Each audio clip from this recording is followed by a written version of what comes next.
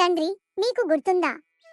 మీ అనుగ్రహంతో అష్టైశ్వర్యాలను పొందిన కుబేరుడికి అహంకారం పెరిగితే మనం ఏం చేశామో గుర్తుంది వినాయక. అందరికంటే తానే ధనవంతుడిననే అహంకారం పెరిగింది. దేవతలందరికీ విందు భోజనం ఏర్పాటు చేసి తన గొప్పతనాన్ని చాటుకోవాలనుకున్నాడు. దేవతలందరికీ ఆహ్వానం అందించాడు. ఇక మనకు తన ఇంటిని చూపించి తన గొప్పతనాన్ని కీర్తిస్తుంటే అందరి ముందు తన కీర్తి ప్రతిష్టలు పెరుగుతాయని భావించాడు. కుబేరుని మనసులో ఏముందో మీకు అర్థమైంది. మనం భోజనానికి రాలేమని చెప్పారు. ఆ సమయంలోనే నేను బయటి నుంచి వచ్చి నాకు ఆకలిగా ఉందని తల్లి పార్వతీ మాతకు చెప్పాను. ఇక కుబేరుని గర్వమణచాలని భావించిన మీరు కుబేరుని వెంట నన్ను పంపించారు. నిన్ను తీసుకెళ్లిన కుబేరుడు తన ఇంటిని చూపించాడు. నీకు భోజనం వడ్డించాడు.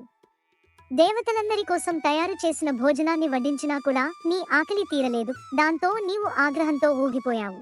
వెంటనే కుబేరుడు మీ వద్దకు వచ్చి వేడుకున్నాడు. అప్పుడు మీరు కొంచెం ఆహారాన్ని కుబేరుడికి ఇచ్చి వాటిని వండి పెట్టమని సలహా ఇచ్చారు. కుబేరుడు వాటిని భక్తితో వడ్డించడంతో నేను సంతృప్తి చెందాను. దాంతో కుబేరుని గర్వం అణిగింది. సబ్స్క్రైబ్ చేయొచ్చు కదా.